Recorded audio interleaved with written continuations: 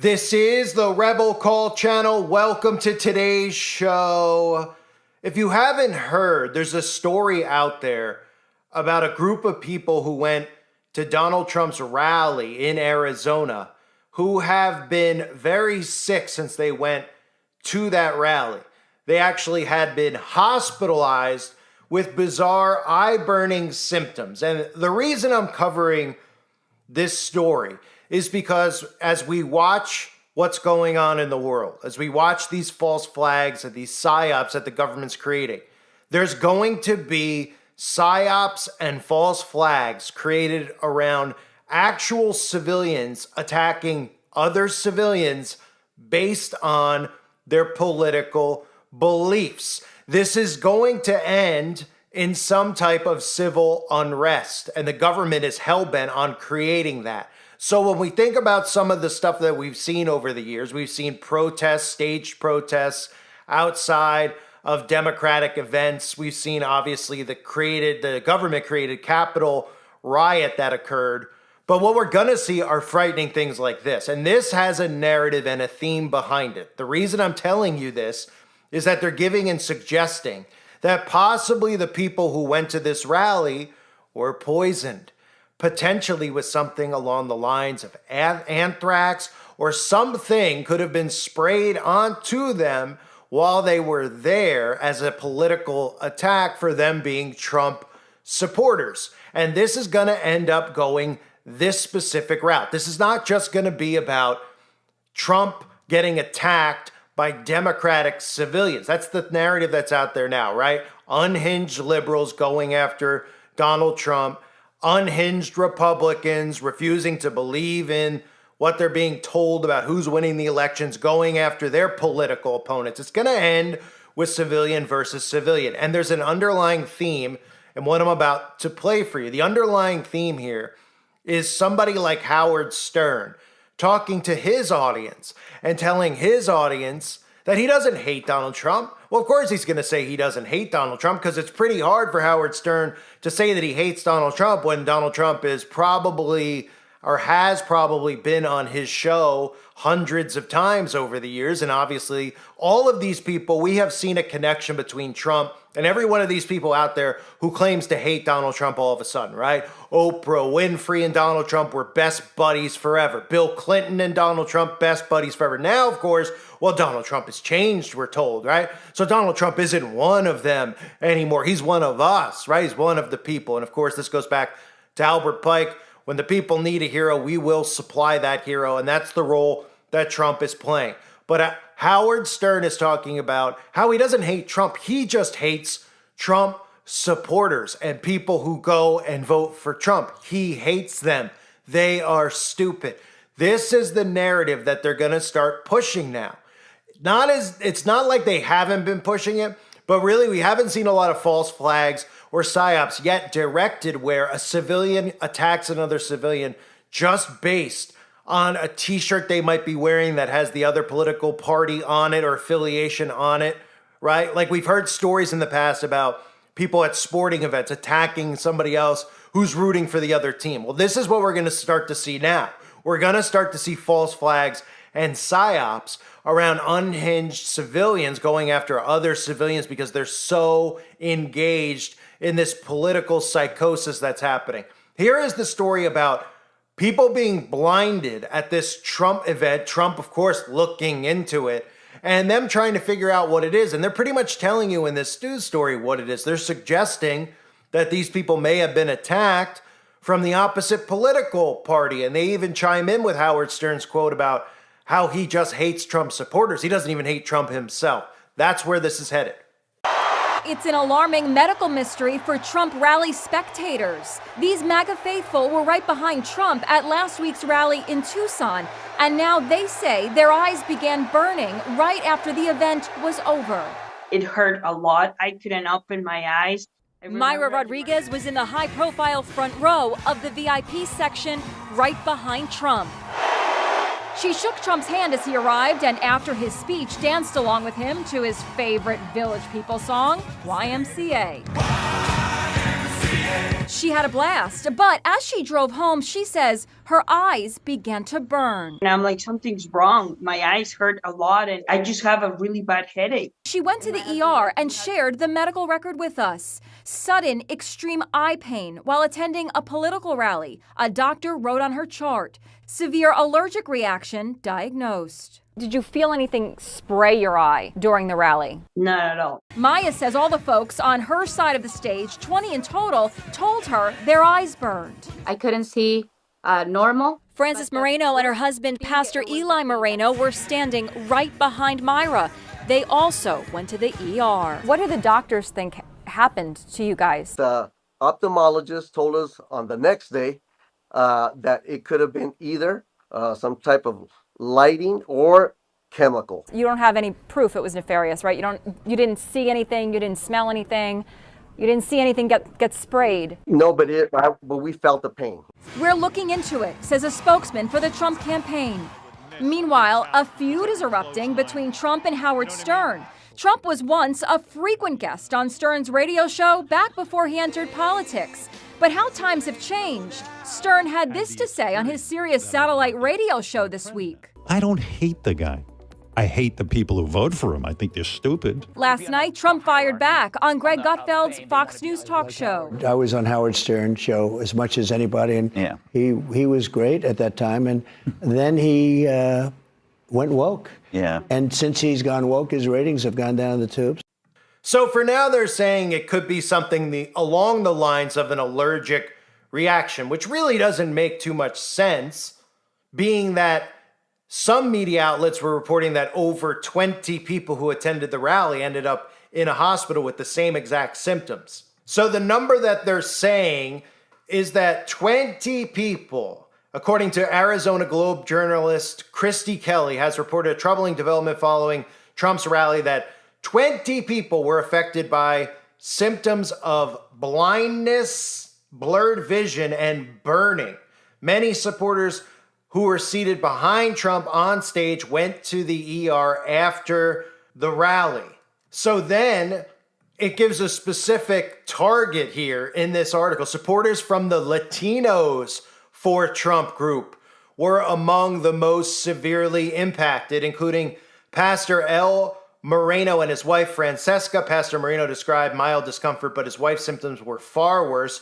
Her vision blurred, her face swelled up, and we had to rush to the nearest Walgreens for help.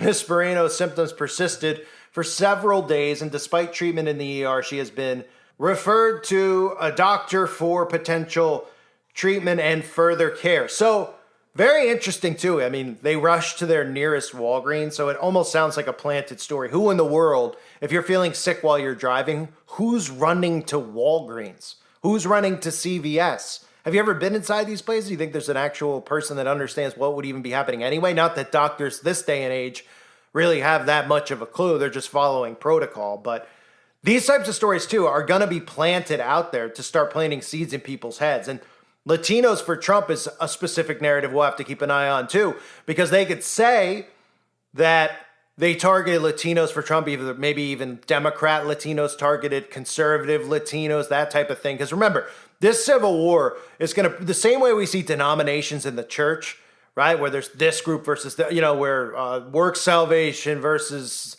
faith-based, and they go back and forth. And there's always just like this watering down of people that should be united in their faith. Well, the same thing occurs, and it needs to occur in something like a civil war. In Albert Pike's blueprint, you could break this thing down into, conservative Latinos versus Democrat Latinos, black conservatives versus black Democrats. They're going to break this thing down into as many levels as they possibly can. So another attendee who is a Planned Parenthood whistleblower named Maria Rodriguez shared a similar experience, explaining that just 30 minutes after leaving the rally, she was unable to open her eyes due to extreme burning.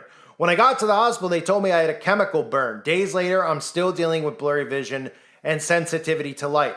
In an interview with News 4 Tuscan, Rodriguez described her visit to the ER, where medical staff asked if she had been sprayed with something based on her unusual symptoms. The emergency room staff, from the triage nurse to the PA, asked, "Are you sure you didn't get sprayed with something? Your symptoms look like you got sprayed with something."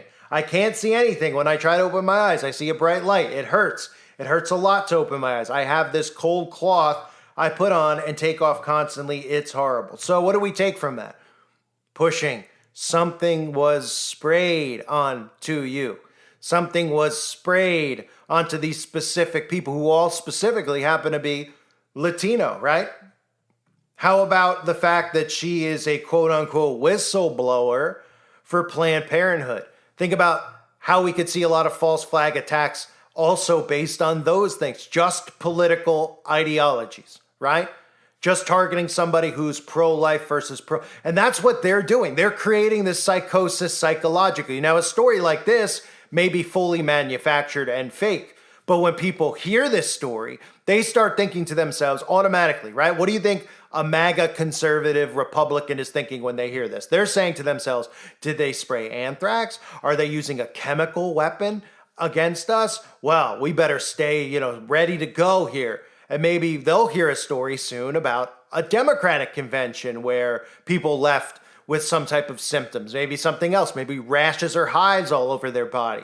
And when it goes back and forth and the media uses the psychosis to plant seeds in each side, then all of a sudden these people stop staring at the other political party and start staring at the civilians who support that political party. And that's really how you breed civil war. And that's what they're doing. And again, I'm not saying that people are going to be running in the streets with cannons and swords, like all the visuals we all know when we hear the term civil war. But you don't think for a second if they start creating violent events out in the public where they stage these rallies and then they have false flags inside of the rallies, that the more they do it, the more seeds will be planted where people just continue to say, I can't live among these people? Again, remember all the stuff with the Supreme Court I've covered over the last couple of years, deliberately being done so that there's different laws in different states, different rules in different states, where they make it where you might say, well, I'm not going to move because of something like this. I'm not going to move. I'm 50 years old. Why would I move over Roe v. Wade? Right? Well, maybe you'll move if you're 50 years old and the government tells you have to put something in your body again. And now you're even more skeptical than you were the first time. And you say, I'm not putting something in my body. And they say, well, you can't have a job or a bank account. You can't use our bank and you can't go to our grocery store. Then you might say, you know what? These people are nuts. I got to move to a red state. And I believe that's where this is headed. I believe it's headed in red and blue states. I do not believe that this day and age, that the government, even using psychosis and, putting people into a psychosis, using hypnotism like they use, I don't think that they can actually get people to violence. So these events that we'll see, which potentially could be violent events at rallies, etc., will all be false flag events. But if they get people sucked into the psychosis, they don't need to actually be involved in an event where they go, we're going to go and we're going to do this. It really just leads towards them saying, look, we can't live with these people anymore. It's too much. It's too much. And the government will. I believe that's the next wave of things that we're going to start seeing, right? And potentially, if you factor in a false flag final act assassination on Trump, which I believe could potentially be coming, that could be the coup de, what they call it, the coup de grace. I mean, that could be the big thing, right? That could be the thing that causes the civilians, because now they lose the supposed leader that was going to save them. Now they have to take matters into their own hands, right? Because they're not going to support someone like J.D. Vance the way they support Trump. They'll be completely unhinged, right? They'll be completely unhinged. And it'll be a manufactured type of revolution that could occur if they end up going down that road. Now, I don't know what the plan is. I'm not on the inside, obviously.